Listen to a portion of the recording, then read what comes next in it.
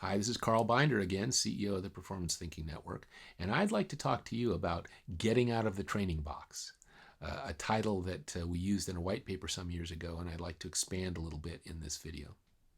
The first thing I would say is that many of the folks we've worked with, individuals who come to our programs to be certified as Six Boxes practitioners, or whole teams and organizations that come to us, or even large organizations, one of which, for example, has over 250 certified Six Boxes practitioners, that when they come to us, very often they're coming from a learning and development or training background.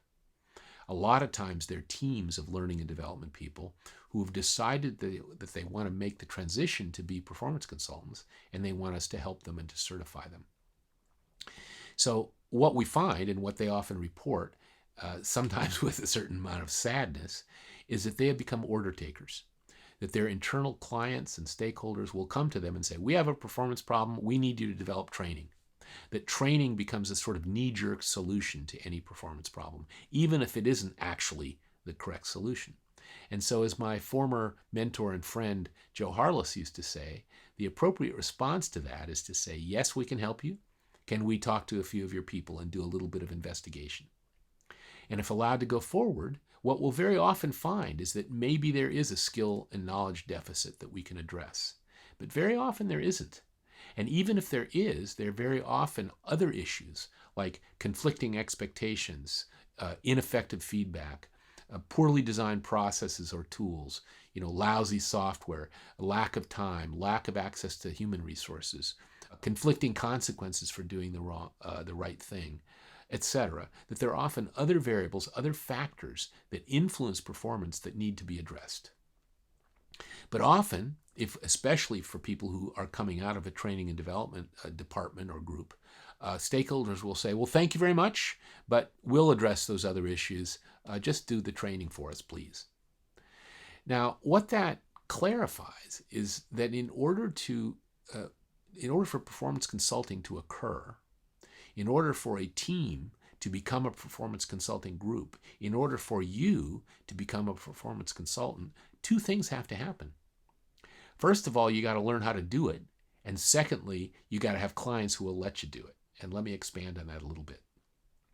There are capabilities you will need to learn, and we teach Six Boxes performance thinking with our two models, which teach people how to define performance very specifically, and then to investigate what all the factors are that are supporting and getting in the way of performance, and then to configure plans or designs or interventions that configure the right set of factors to support and accelerate the desired performance. So that's our development.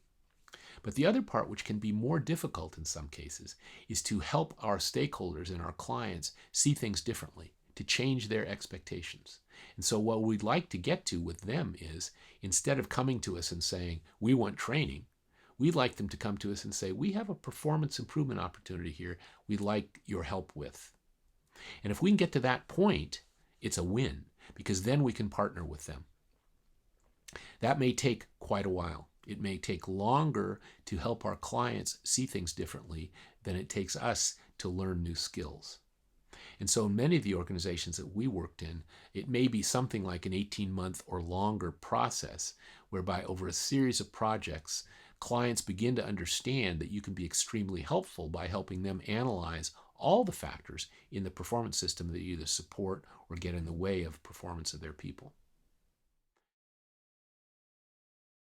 We find in that process that our two simple visual models, the performance chain and the Six Boxes model, and the 21 plain English labels or words that we have for labeling those models, are an enormous help because they're simple enough that people understand them right off the bat. They don't think we're using jargon. And so what that means is we can have conversations with our clients, with our stakeholders, about performance and the factors that influence performance that are straightforward, that don't impress them as being nerdy or filled with jargon. And that really does change the conversation.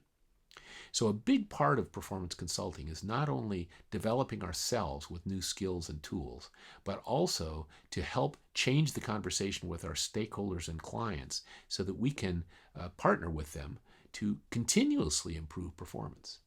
And we'll talk more about the changes in that conversation in other videos, but I want to highlight those two things.